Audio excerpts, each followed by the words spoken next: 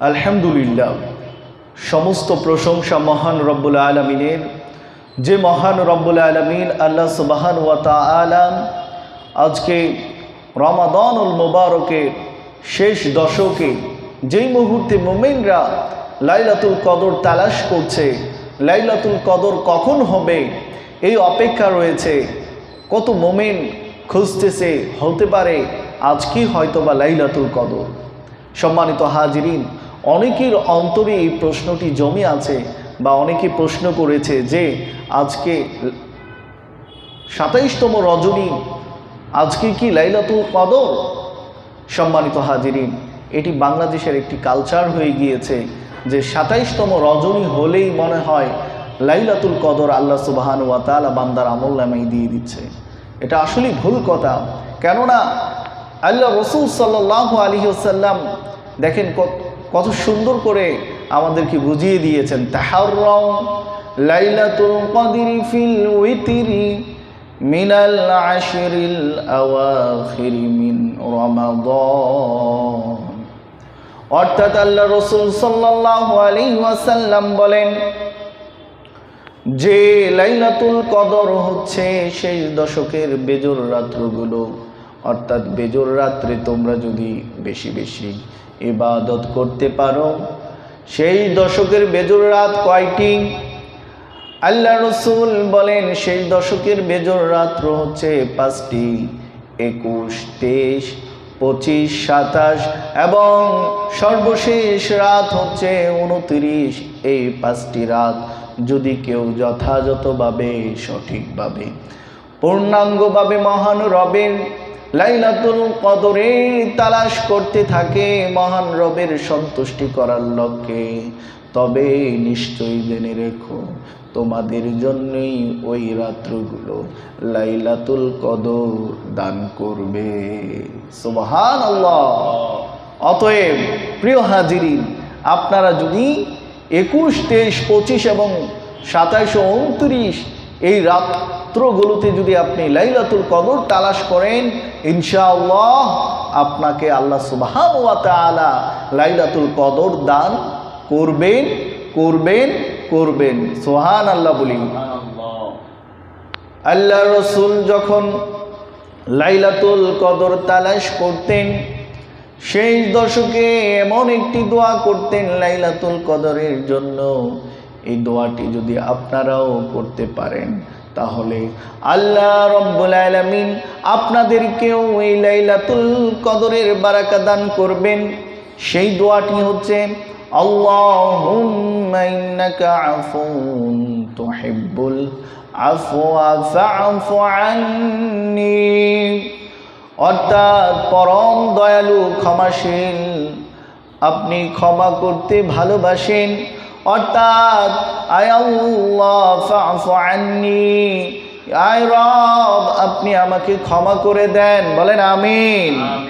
সম্মানিত হাজিরিন, আপনি এই দোয়াটা বেশি বেশি পড়েন, দেখবেন আল্লাহ রাব্বুল আলামিন আপনাকে লাইলাতুল কদর দিবেন এবং দিবেন তো দিবেন, আপনার গুনাহগুলোকেও মাফ করে দিবেন। সুবহানাল্লাহ। দোয়াটা কি আবারও বলি, আল্লাহুম্মা ইন্নাকা আফুউন তুহিব্বুল আফওয়া ফা'ফু আন্নী। সবাই বলেন আল্লাহুম্মা ইন্নাকা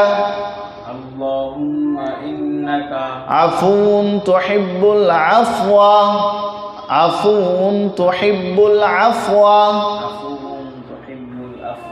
ফা'ফু আন্নী। পূর্ণাঙ্গ দোয়াটা হচ্ছে এইরকম, আল্লাহুম্মা ইন্নাকা আফুউন তুহিব্বুল আফওয়া ফা'ফু আন্নী। অর্থাৎ পরম দয়ালু, ক্ষমাশীল, আয় আল্লাহ আপনি ক্ষমা করতে ভালোবাসেন। অতএব আমি জীবনে অনেক অন্যায় করেছি, অনেক জুলুম করেছি, অনেক নিজের আত্মার উপরে অত্যাচার করেছি, গুনাহ করতে করতে নিঃশেষ হয়ে গিয়েছি। অতএব ফা'ফু আন্নী, আয় রব এই কদরের রাত্রে আপনি আমাকে মাফ করে দিন, আর ক্ষমা যদি পেতে চান মহান রবের কাছে বলেন, জীবনে যত গুনাহ করেছি গুনার জন্য আল্লাহ অনুতপ্ত, আর জীবনে গুনাহ করব না। রব্বুল আলামিন যাদের হক নষ্ট করেছি তাদের হকগুলো ফিরিয়ে দিব। এই দোয়া যদি এবং এই আত্মসমর্পণ করে যদি আল্লাহর কাছে আপনি সাহায্য চাইতে পারেন, তাহলে আল্লাহ রব্বুল আলামিন অবশ্যই অবশ্যই আপনাকে ক্ষমা করবেন। সুবহানাল্লাহ। আরেকটি হাদিস আসছে এরকম, মান কামা রমাদান ঈমানান ওয়া ইহতিসাবা গুফিরা লাহু মা তাকদ্দামা মিন যামব।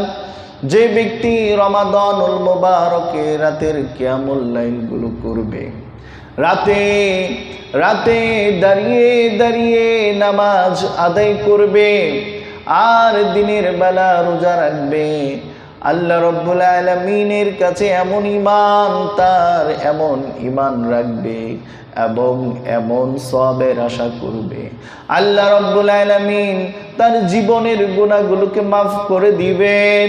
সুবহানাল্লাহ। শুধু তাই নয়, মান সামা রমাদান ঈমানান ওয়া ইহতিসাবা গুফিরা লাহু মা তাকদ্দামা মিন যামব। যে ব্যক্তি রমজানের রোজাগুলো সঠিকভাবে আদায় করবে, যে ব্যক্তি রমজানের রোজাগুলো যথাযথভাবে পালন করবে, আল্লাহ রব্বুল আলামিন তার জীবনের গুনাহগুলোকেও মাফ করে দিবেন। সুবহানাল্লাহ।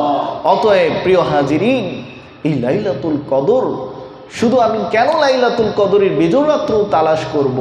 রমাদানের আমরা একটি মাস, আমরা হতে পারে 20টি রোজা আপনার কাছ থেকে পার হয়ে গিয়েছে, আপনার কাছে আর মাত্র অল্প কিছু রোজা বাকি রয়েছে। এই রোজাগুলো কি আপনি ইরাদা করেন যে আমি আর এখন থেকে কোনো গুনাহ করব না, যথাযথভাবে রোজাগুলোকে সঠিকভাবে মহান রব যেভাবে খুশি হন সেভাবেই রোজাগুলো রাখবো। শুধু 21, 23, 25, 27, 29 নয়, আমি শেষ দশকের 10টি রাত মহান রবের ইবাদতে রাতের কিয়ামুল লাইলে আমি দাঁড়িয়ে যাব এবং প্রতিদিন মহান রবকে ডাকতে থাকব। দেখবেন অবশ্যই অবশ্যই আপনাকে আল্লাহ সুবহানাহু ওয়া তাআলা লাইলাতুল কদর দান করবেন। বলেন না সুবহানাল্লাহ। আর এই দোয়া পড়ব, আল্লাহুম্মা ইন্নাকা আফুউন তুহিব্বুল আফওয়া ফা'ফু আন্নী। আয় রব, আল্লাহ আপনি তো পরম দয়ালু ক্ষমাশীল, আপনি তো ক্ষমা করতে ভালোবাসেন, অতএব ফা'ফু আন্নী, অতএব আপনি আমাকে ক্ষমা করে দেন।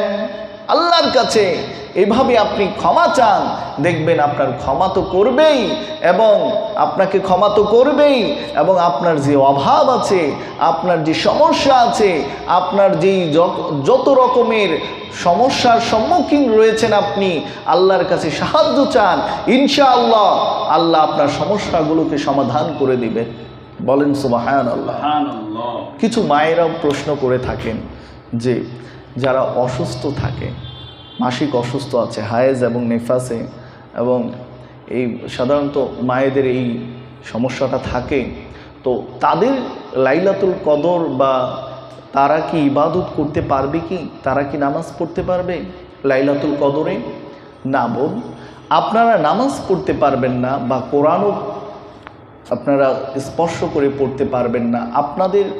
আপনাদের উচিত হচ্ছে আপনারা এই লাইলাতুল কদরে বিভিন্ন মসজিদে বা বিভিন্ন জায়গায় লাইলাতুল কদরের সময় বা এই সময় রমাদানে অনেক জায়গায় মহিলাদের জন্য আলোচনার ব্যবস্থা করে থাকে, তালিমের ব্যবস্থা রয়েছে। আপনারা সেই সব তালিমগুলো শুনবেন এবং আপনারা প্রতিদিন মোবাইলে আপনারা অডিও রেকর্ডগুলো পবিত্র কোরআনুল কারীমের কত চমৎকার সুরেলা কণ্ঠে তেলাওয়াত আছে, কাবার ইমামদের তেলাওয়াতগুলো শুনবেন। বিশেষ করে আমাদের বাংলাদেশের গর্ব নাজমুস সাকিব, জাকারিয়া, কারি আবু রাইহান ও তাকরিম এবং সালেহ আহমেদ তাকরিম এবং আপনার তরিকুল, এরকম বিশ্বজুড়ে আরও অসংখ্য হাফিজে কোরআন আছে, তাদের তেলাওয়াতগুলো শুনুন, দেখবেন আপনার ঈমানকে বৃদ্ধি করে দিবে, আরও বেশি থেকে বেশি মহান আল্লাহ তাআলা এবং আপনাকে নেকিও দান করবেন। আর এই দোয়াটা পড়ুন বেশি বেশি। আপনি যেহেতু অসুস্থ সেই জন্য এই দোয়াটা পড়েন, আল্লাহুম্মা ইন্নাকা আফুন তুহিব্বুল আফওয়া ফা'ফু আন্নি। আয় আল্লাহ, পরম করুণাময় দয়ালু আল্লাহ, আপনি বান্দাকে ভালোবাসেন, আপনি বান্দাকে ক্ষমা করতে ভালোবাসেন। অতএব আল্লাহ, আমি গুনাহগার অদম, আল্লাহ আপনি আমাকে ক্ষমা করে দেন, আপনি আমার জীবনের গুনাহগুলোকে মাফ করে দেন। এই দোয়াগুলো করেন এবং এই রাত্রে লাইলাতুল কদরের রাত্রগুলোতে আপনি বেশি বেশি 2 রাকাত করে নামাজ আদায় করবেন। অনেকে প্রশ্ন করে থাকে যে লাইলাতুল কদরে কোনো নির্দিষ্ট সূরা কি আছে, যে আমি যেই সূরাগুলো দিয়ে নামাজ আদায় করলে এটাই হবে, না হলে অন্য কোনো সূরা দিয়ে নামাজ হবে না? না, এটা ভুল কথা। আপনি আপনার আয়াতে যেই সূরাগুলো আছে, ছোট ছোট হোক বা কিংবা বড় বড় হোক, আপনি যেই সূরাগুলো আপনি সহজ এবং সুন্দরভাবে পড়তে পারেন, আপনি ভালোভাবে বুঝতে পারেন, এই সূরাগুলো আগে প্রাধান্য দিন, এরপরে আপনি নামাজ আদায় করুন। ইনশাআল্লাহ আল্লাহ আপনাকে ক্ষমা করে দিবেন।